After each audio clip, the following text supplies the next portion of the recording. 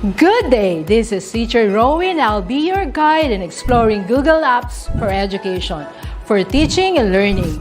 In Google for Education, teachers can connect and collaborate easily while staying on task. It gives teachers the freedom to spend more time personalizing the learning experience and less time managing it. Students can learn essential skills such as 21st century problem solving, which they can use it in their future careers. As such, the accessibility features will also help and assist every learner to do their best work. Google offers different useful applications that we can use to connect education to technology.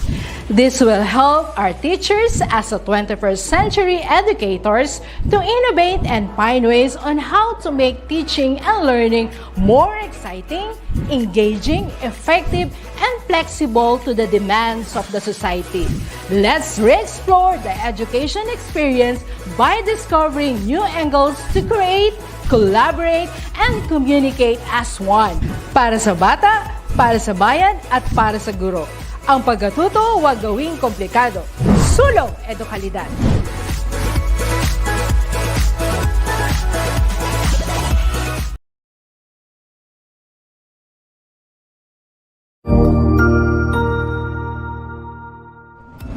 Magandang araw, Sir Wilbur po, at your service. Narito ang ETUlay upang gabayan ka sa inyong pag-aaral upang lubos na maunawaan ang iba't ibang paksa o subject.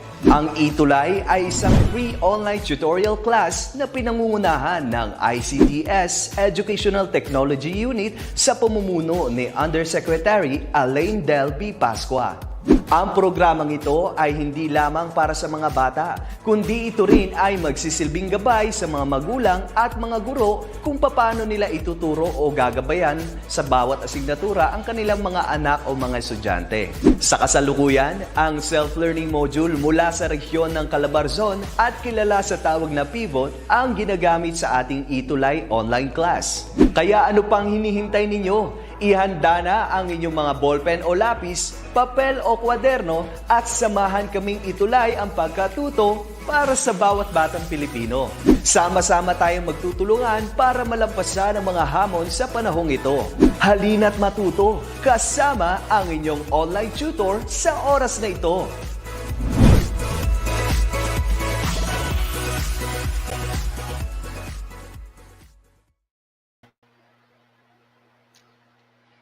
Hello, a blessed Tuesday po sa lahat. Welcome to our second week ETUlay online tutorial for health optimizing physical education for our senior high school grade 12 students. Magandang umaga po sa lahat ng ating mga learners, parents, and teachers. Again, I am Tutor Shen, your hope for tutor, that will assist and guide you understand more the activities and the lesson for this subject. So please remember our schedule. It's every 11 o'clock a.m. to 12 noon. It's every Tuesday again and again.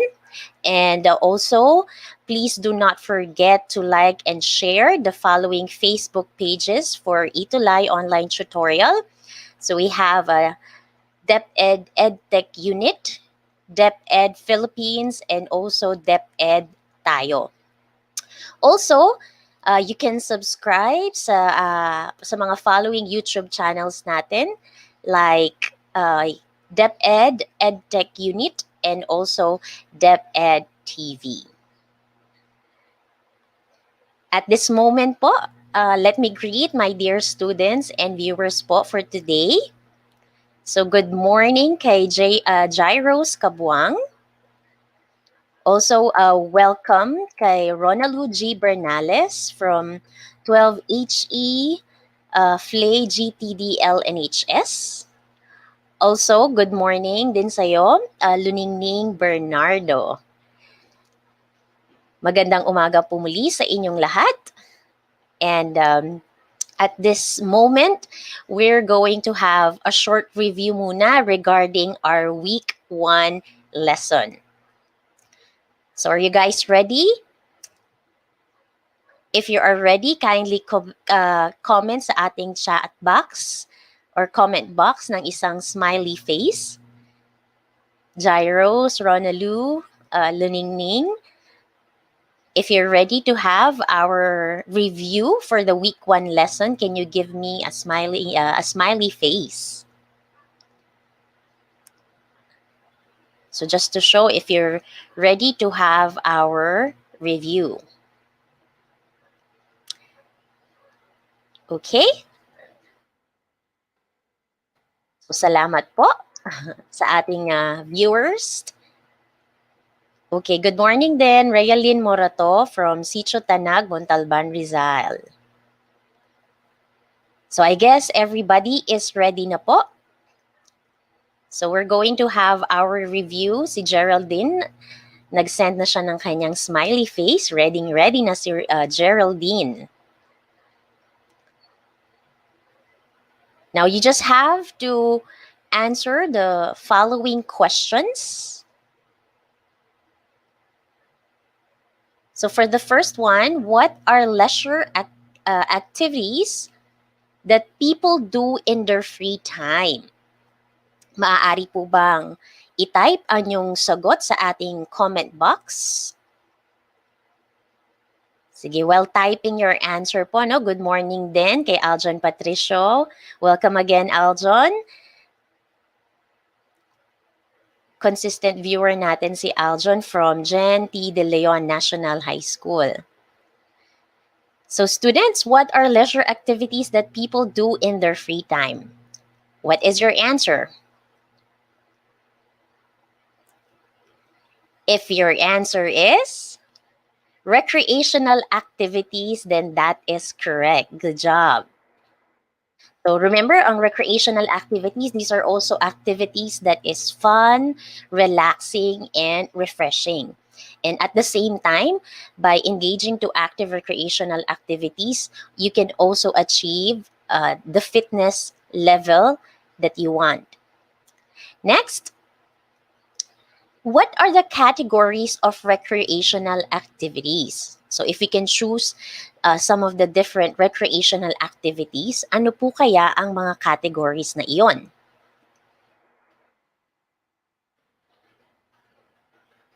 What is your answer? If your answer is active recreation, yes, that is correct. So when we talk about active recreation, ito yung mga activities that we expend energy, and usually it requires us to exert more effort and movement. Other than active recreation, ano pa po kaya ang categories ng recreational activity? We also have the passive recreation. So that's the opposite of active recreation. So these are activities naman wherein it is characterized by limited movement, or these are activities wherein too much sitting ang ating ginagawa. Next, we also have the indoor recreation. Okay? So these are activities naman na pwede nating gawin sa bahay or any enclosed area. Okay? And we also have the last one is outdoor recreation. And these are the activities that we do in the field or outside building. So I know you have your own favorite recreational activities na depending on these categories. Good work, students, for remembering the week 1 lesson. And today we are now on week 2, and we are going to discuss and learn about recreational fitness plan. Now, let me emphasize ang ating most essential learning competency This is to set fitness goals based on training principles to achieve and or maintain HRF, or also known as health-related fitness. And to achieve this most essential learning competency, let us have the following objectives. First is describe the nature of wall climbing. Next is explain the principles of physical activity and fit principles.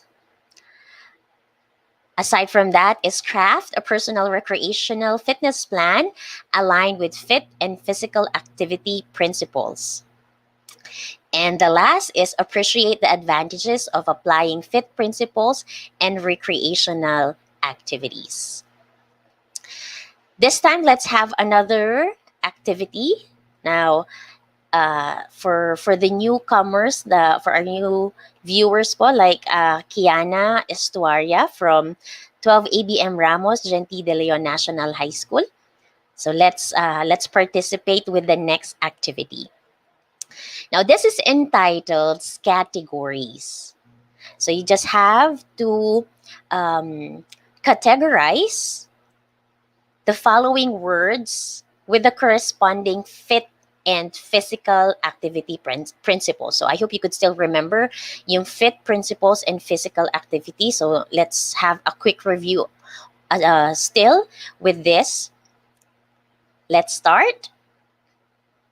So you can see there the different words. And let's start with overload. Now students, kindly comment saan nabibilang ang overload? Does it belong to physical activity principles or fit principles? Pwede nyo na lang ilagay ay PA for physical activity and then the word fit for fit principle. Let me see your answer.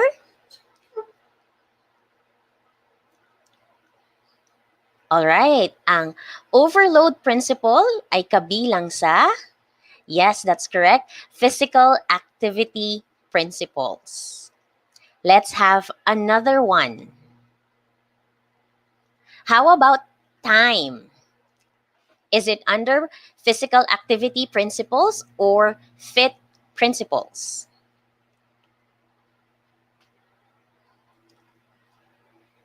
Okay, for time,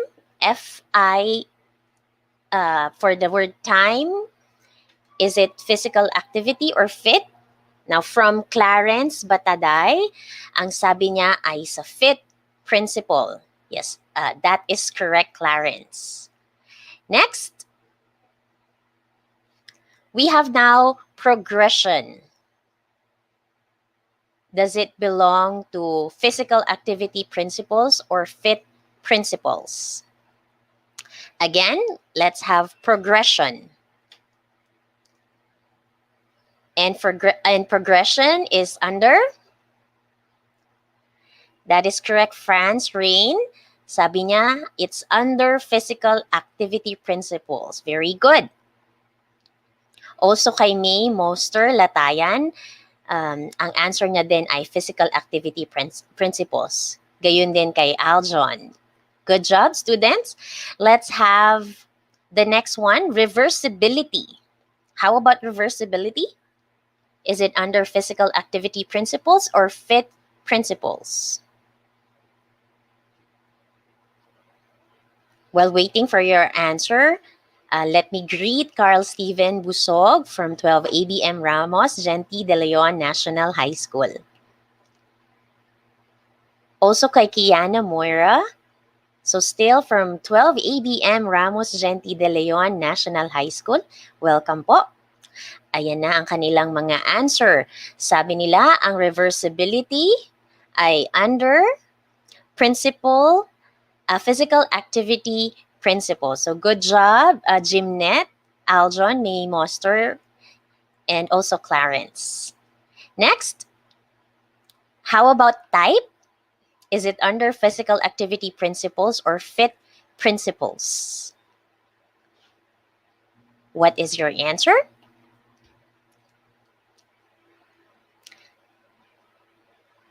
So type is under, sabi ni Franz Rain, Valesvin, and May Moster, ay under ng FIT principles. Good job! And also kay Aljon ulit, Clarence, and Jimnet. Next, sama na rin natin si Muriel. Tama ang kanyang sagot. And also Realin Morato. Next is intensity. Saang category po nabibilang ang intensity? While waiting for your answer, good morning kay Erwin Cipriano. So still from 12 ABM Ramos, Genti de Leon National High School. Okay, ang answer ni May Moster, ni Clarence, ay under siya ng FIT principles. Good work. Next, let's have specificity. Saan naman po under ang saang principle under ang specificity? Now, can you tell me? Can you tell me by typing your answer on our comment box? Sabi ni Clarence and ni Jimnet, it is under physical activity principles. So also a good answer for Aljon, May Moster, and Franz Rain. Kasama na rin si Jimnet Gate. Very well said, students. And syempre, ang last natin ay frequency. Saan po nabibilang ang frequency? Definitely, siya po ay under ng FIT principle. Ayan, tamang-tama ang inyong mga sagot, May Moster, also kay Clarence, and Franz Rain.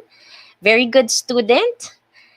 Thank you so much for your active participation and for giving the right answers. Yan, pahabol nila Aljon and Althea. Yes, tama po ang kanilang sagot. Once again, congratulations and good job for that. So at this juncture po, we are finally going to start our lesson, okay? Not only with the different principles, no, but also to one of the recreational activities that you can enjoy with. So we're going to learn about wall climbing. Do you have idea about wall climbing? Or do you have any experience with this kind of recreational activity? So let's learn more about this. What is wall climbing? Let's learn the definition and characteristic of this recreational activity. Now, wall climbing, this is an indoor man-made wall for climbing with the grips of hands and feet. And it was originally built to enable climbers to continue to train climbing through the wet and winter months. Nowadays, itong indoor climbing became popular and challenging and a fun-filled activity with your friends and also for one individual to stay fit because of the skills to be used and the activities to be done with this kind of indoor recreational activity. So going back with its history lang po, no, there is an evidence of ancient and pre-modern cultures of climbing na na-discover in Nepal. Archaeologists discovered na merong mga series of burial caves na pwede mo lang siyang ma-reach by means of climbing in itong vertical cliffs. Then eventually, sa ngayon, we have this modern recreational climbing naman. Actually, it already began in the 19th century. And talking about the start ng artificial climbing, no, in the Philippines, meron tayong wall climbing that was built in the year 1993. And this was pioneered by the members of UPM or University of the Philippines Mountaineers.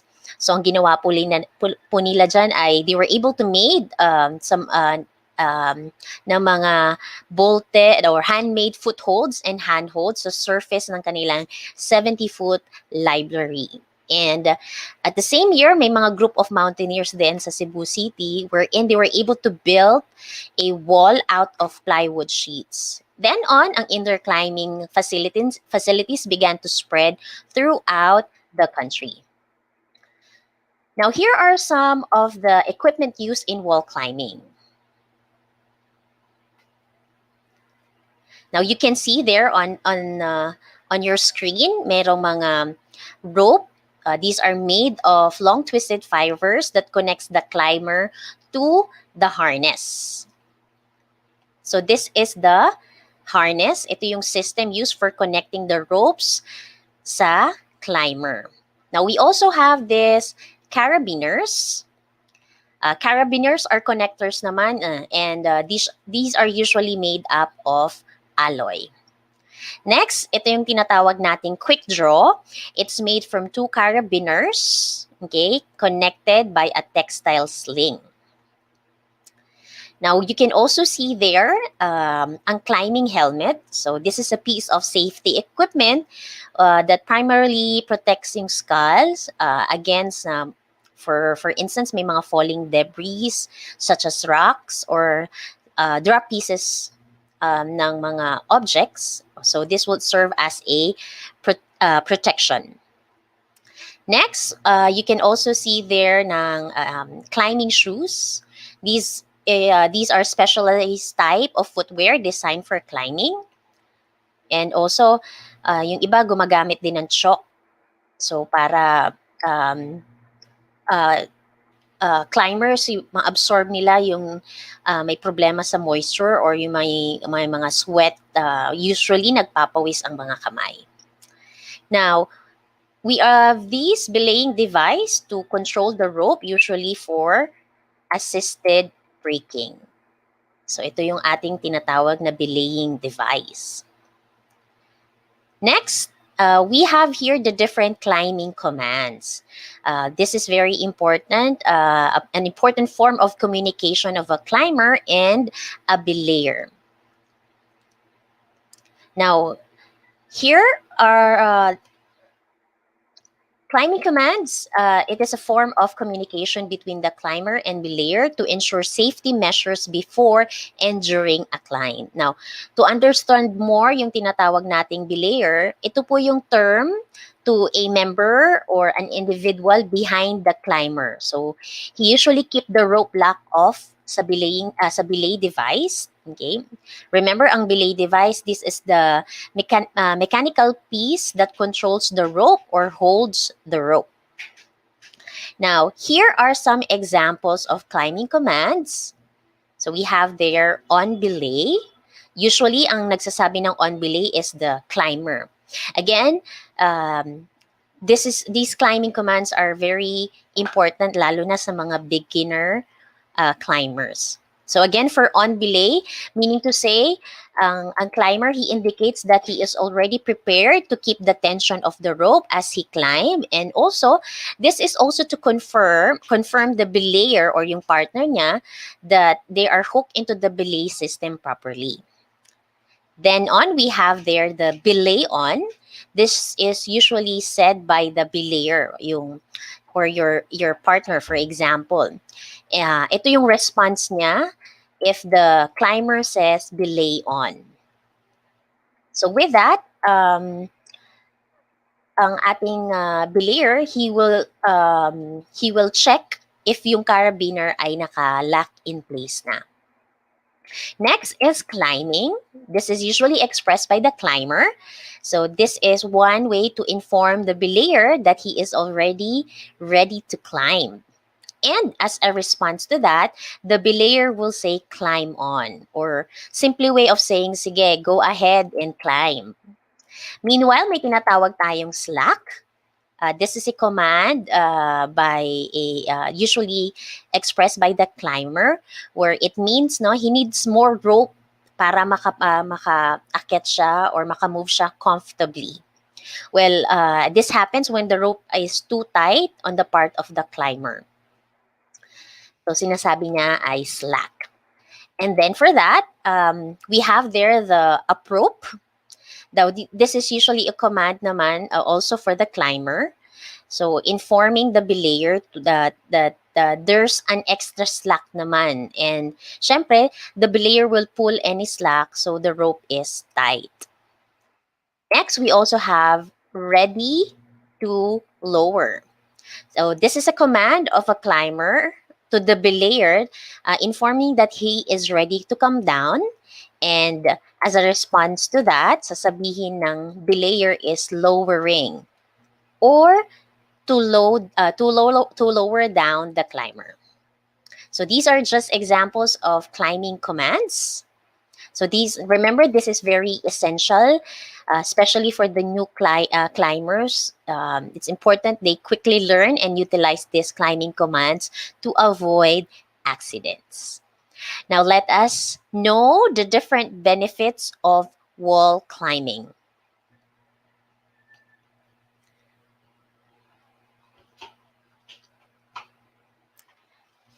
Let's start with the physical benefits. Such physical benefits, we have their develop lean endurance muscles, strengthen core muscles, improves cardiovascular system, and then strengthen hands. So for wall climbing, it is considered a total body workout since with the movement na isinasagawa sa ganitong activity as you climb, with that, it make your muscles densely packed. So especially if you have continuous training and climbing, this will most likely improve yung inyong muscular endurance and cardiovascular endurance. As you climb, it can strengthen your hands, your forearms, yung biceps, yung shoulders, also your neck, upper back, ang inyong lower back. So sa mga lower extremities naman, ang inyong thighs and calves. And also, it can also strengthen your core muscles. And with that, mas nasa-stabilize at it makes us stronger. Also, it could also lessen us to be prone sa mga injuries. Next, we have their mental benefits. So we have their goal setting.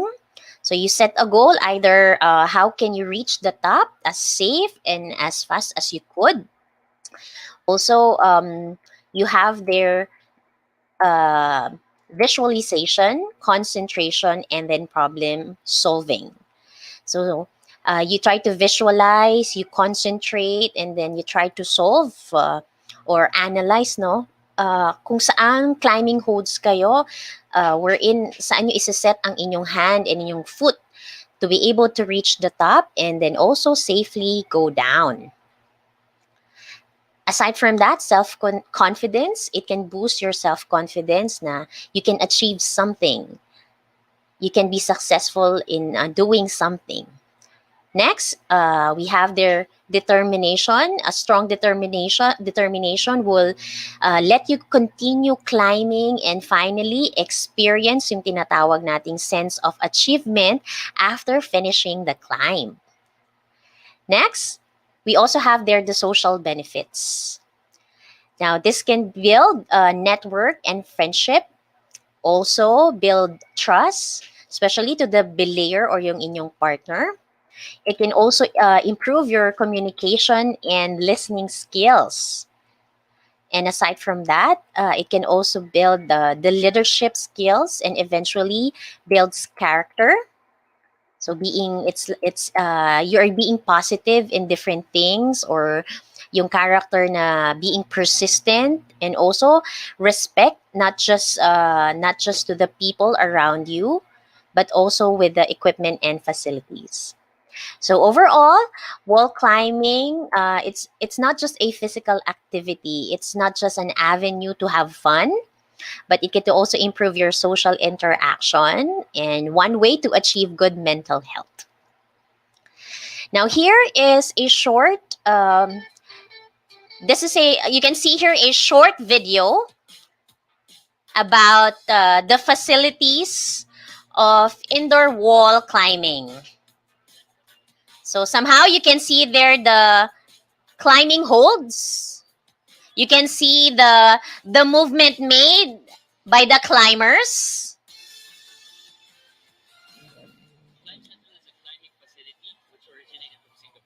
Okay. So, this is a facility of the Climb Central.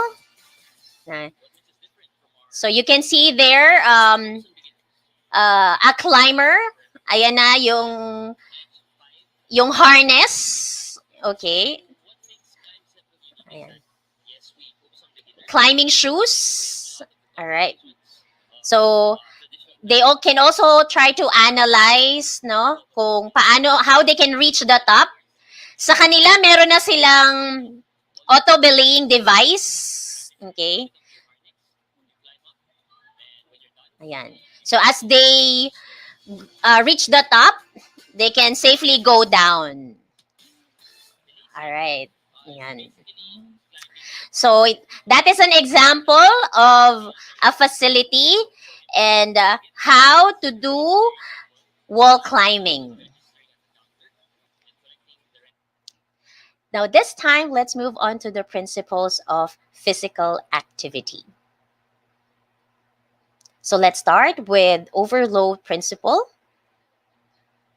This principle specifies the increase of intensity, time, duration, or type of a workout to little by little achieve adaptations. No? Ano yung tinatawag nating adaptation? This is the improvement of your strength, your endurance, your flexibility, or your muscle size. This principle of adaptation, it simply means that if your body is performing beyond the normal, just imagine you are living in a sedentary lifestyle. So it is characterized by too much sitting. And then eventually you decide to engage in a certain active recreational activity, like, for example, this wall climbing. So somehow, as preparation, you prepare your body by weightlifting or doing some aerobic activities. And then eventually you engage to wall climbing.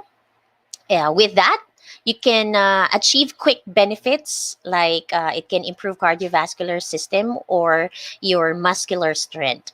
So that's the meaning of overload principle. Next is principle of progression. Progression is considered a development or continuation of overload principle. But for this principle, it's very important that you do this gradually para di rin mabigla ang iyong katawan. So for example, you may start slowly while climbing and then gradually increase your activity and then just keep overloading it, and for you to avoid overuse injury. So dapat it should be gradual. Now, fit principles is usually related to the principle of progression. Now, so for you to see yung continuous benefits and improvement of your physical health, again, a gradual increase in the intensity of your physical activity, yung days and time as you engage to this activity, then eventually it will increase your fitness level. Next, we have here the principle of specificity. It states that you get what you train for. A body part gains according to its relevance to the conducted physical activities. Now, for instance, you want to develop your cardiovascular endurance or your muscular endurance. Now, knowing the benefits of wall climbing, no, if you want to specifically improve this health-related fitness, you can engage to wall climbing because it can directly improve your cardiovascular endurance and your muscle strength. Next is the principle of reversibility. This principle is described as the use it or lose it. So working out for a long period accompanied by great results can reduce physical fitness progress over time when extended periods of rest are implied. So like, for example, when someone quits or rests in a certain workout or active physical activity for a very long time, a period of rest, so you will start to lose yung adaptations na sinasabi natin kanina. With this principle of reversibility, kaya ang mga athletes, no, they continue to train after the season or yung game, so that they will not lose the beneficial effects ng training. Next, we have the FIT principles. So F, frequency, it is the number of times recreational activities are done in a week. This FIT principle answers the questions how many. So like for example, yung mga novice wall climbers, they can climb 3 times a week. Yung mga mid-grade climbers naman, maybe they can climb 4 times in a week, or para sa mga advanced, it can be 5 to 6 days in a week. So that's for frequency. Next is intensity. This refers to how hard your body is working out during recreational activities. It is often described as light, moderate, or vigorous. So moderate activity, usually it requires more oxygen consumption than sa mga light activities. But still, you can manage to talk comfortably. You can say naman na you are engaged to a vigorous kind of activity if you can say more than few words without gasping for breath. Next, we have time. That's the duration spent doing the recreational activity to increase the progress and overload of an activity. So time, for example, you want to engage in wall climbing in a range of 20 minutes to 1 hour.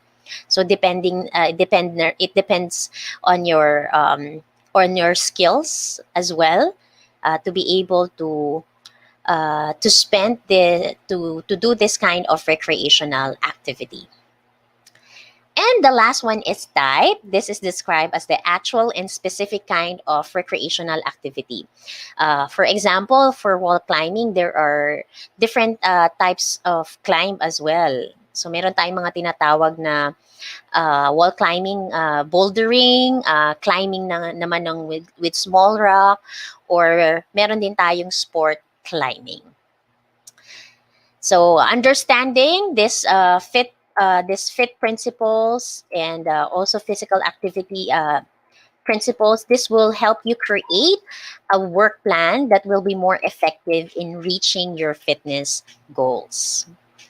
Now, we all know that physical activities is essential in the attainment of fitness goals, but then on, meron tayong mga factors affecting fitness. So may mga factors wherein it can influence yung potential ng isang individual to achieve this fitness. So one should know and assess the following conditions. Okay? So let's have first the age. Now, aging may lead to decline and a natural loss of fitness. So, as your age increases, your muscles may weaken, your bones become more brittle, and you may have less flexibility, especially if you're not into active physical activities. Next is gender. So there is an anatomical and physiological difference between men and women, and it also affects the fitness potential. Now, usually men have larger heart, lungs, muscles, and blood volume. So usually, kaya ang mga men, they are usually strong than women. Meanwhile, women has better coordination and balance compared to men. Next, physical disability. Somehow, we have some friends or someone we know that they are physically challenged, and with that situation, their body cannot function well. So this could somehow affect their fitness level in a certain fitness component. Next is recovery and then sleep. Now remember, poor sleeping habits, it can be harmful to fitness adaptation. It is very important that people take time to recover properly from any exercises or physical activity. Ang lack of recovery time may also lead to increase of injury. So our body needs to rest to achieve those fitness adaptations. Next, we have their stress. People who experience short-term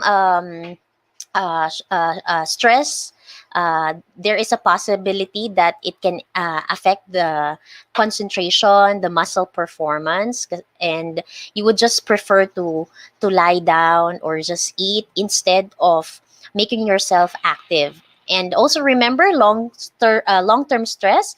These may lead to illnesses and diseases. Now, next we have here lifestyle. Lifestyle, it pertains to the work and leisure pursuits, and this can affect the ability to achieve fitness. For example, yung amount of time that you spend sa work, rather than or you don't have time to exercise or to do some recreational activities, for example. So because you just work and work and work, so it could have an impact to your fitness level or to achieve fitness. Next is environment. Some working areas, it could also affect your performance, maaaring due to pollution. You cannot work out for a long period of time because of a high temperature, for example, or yung humidity. And especially these days we are experiencing this pandemic now, we have limited activities these days, um, and we are encouraged to stay at home. So specifically, yung mga limited ang ating outdoor activities. Next is diet.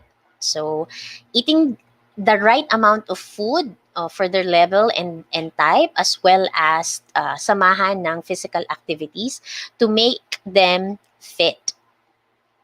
Next one is genetics. We have the so-called yung genetic ceiling. This would affect kumbaga sa one's fitness natin, no.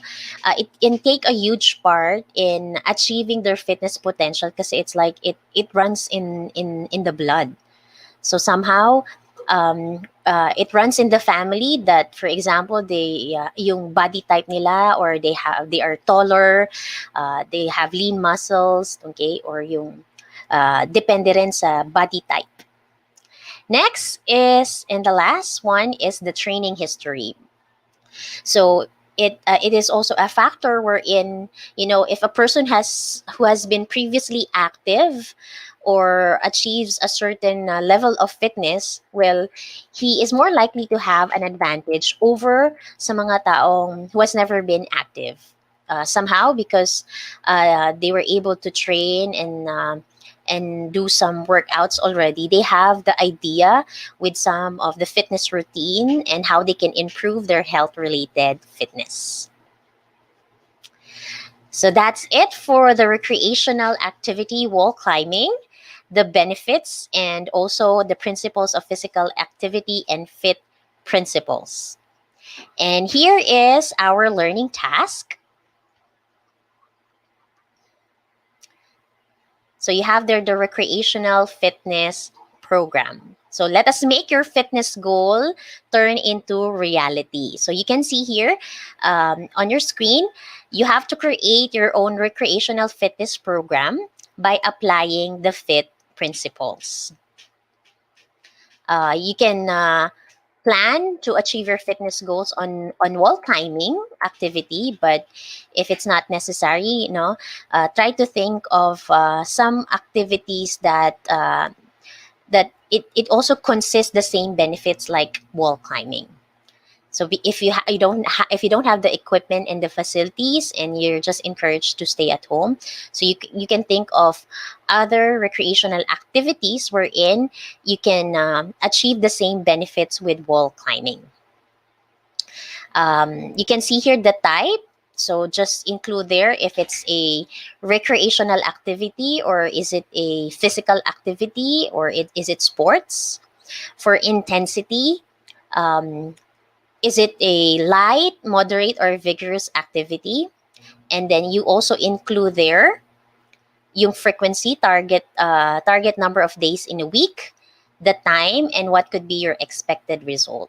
So for example, we have there warm up. So you can choose some warm up activities. Remember, it's very essential that you do some warm up activities.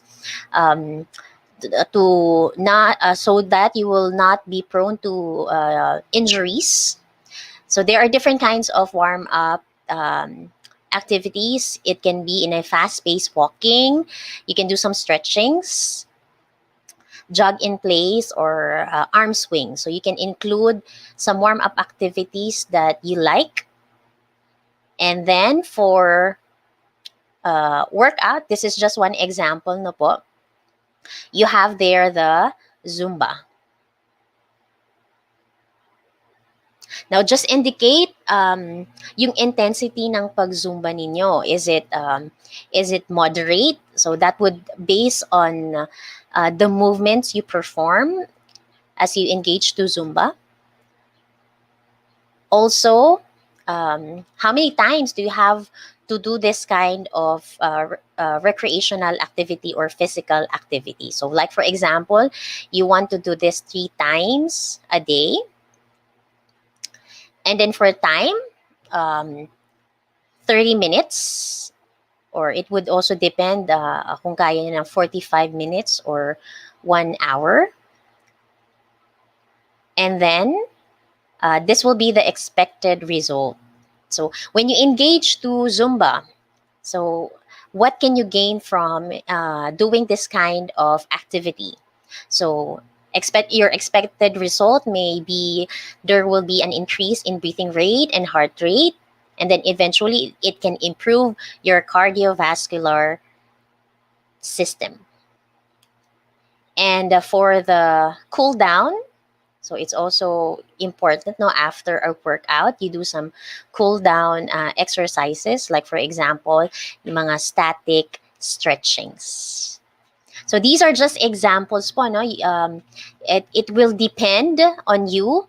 Remember, you conducted your fitness test last week for the week 1, and I hope as you see the result of your fitness test, you will include sa inyong fitness plan yung mga health-related fitness component that you still need to improve.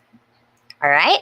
So that is just a guide as you accomplish this learning task. And at this time, I want to know po ang inyong significant learning today. So based on our discussion, ano po ang inyong natutunan? While waiting for your answer po, let me greet Jewel Ann Basit from 6 Maaasahan.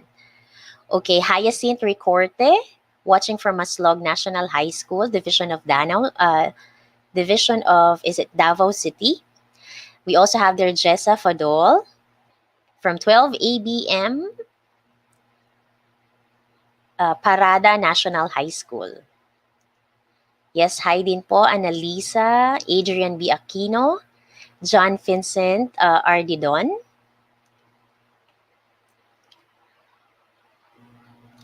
We also have there Jessamine M. Baton, watching from Santa Rosa Integrated School, Danao Division. Now let me check. Ano po ang inyong significant learning for today? You can write down sa ating comment section about wall climbing. What have you learned from wall climbing, as well as the benefits of engaging to wall climbing?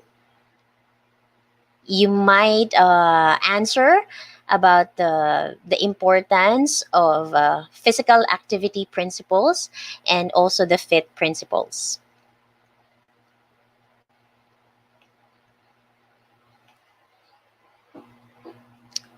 Yes, Jessamine, watching from Santa Rosa Integrated School. Oh, it's Danao City Division. I'm sorry. So, Danao City Division po.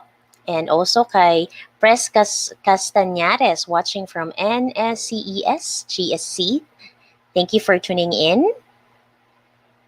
So, what are your significant learning for today, students? So, you learned the different, okay, the physical mental and social benefits of wall climbing. So I hope you appreciate the different benefits of this and how it can help you attain fitness. Also, ano ulit ang ating mga physical activity principles? Yes, we have the principle of overload, progression, specificity, and reversibility. That's correct. And how about for the FIT principles? Ano nga po ulit? Ang F it stands for, yes, it's frequency. I is intensity. T is time. And lastly, another T is type. Also, I hope you've learned the different factors affecting fitness. Yeah, so you just have to check and assess as well. That's why somehow medyo yung adaptations na tinatawag natin, no, hindi masyadong mabilis because there are some factors to be considered for you to achieve this fitness. Okay, meron pa po ba kayong maidadagdag sa inyong significant learning for today?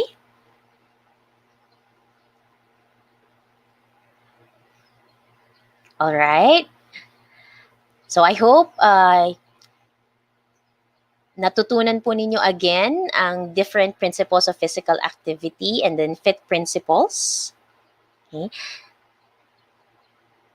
Yeah, bago ako magtapos, let me greet again Jenaline Batucan Labajo from Santa Rosa Integrated School, Danao City Division. Yeah. Sige, let me read po yung answer ni Althea Marie.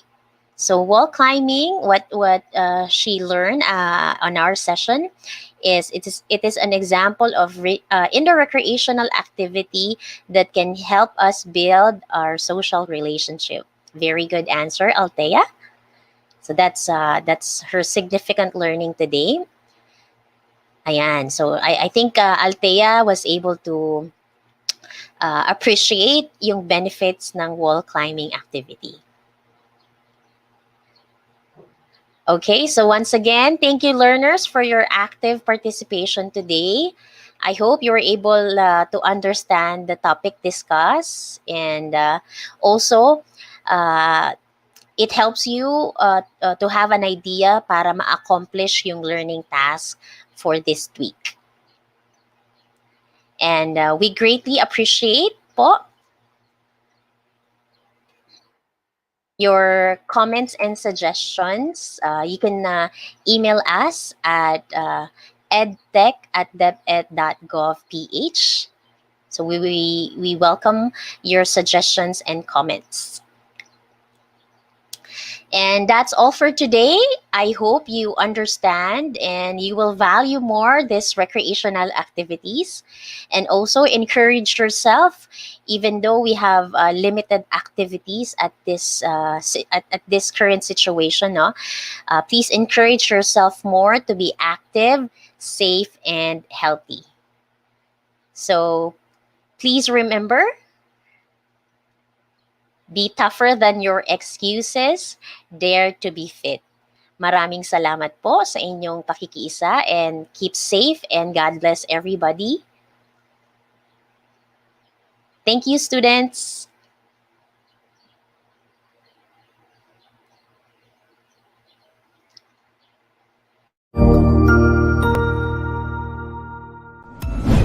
Sigurado ako na marami ka na namang natutuhan sa ating ETUlay tutorial session ngayong araw. Tandaan, ito ay hindi lamang para sa ating mga mag-aaral, kundi pati rin sa ating mga minamahal na guro at mga magulang na kaagapay natin para maituloy ang pagkatuto sa kabila ng nararanasang pandemya. Patuloy ding sumubaybay sa DepEd TV para sa mga araling ginawang video episodes. Mapapanood ito mula Lunes hanggang Sabado, alas 7 ng umaga hanggang alas 7 ng gabi sa inyong mga telebisyon. Abangan bukas mula 1:00 ng tanghali ang iba pang aralin sa ating ETUlay free online tutorial session sa Filipino. I-like and subscribe at manatiling nakasubaybay sa ating ETUlay tutorial session sa DepEd Edtech Unit FB page at Educational Technology Unit channel sa YouTube at sa DepEd Tayo at DepEd Philippines social media accounts. Paalam!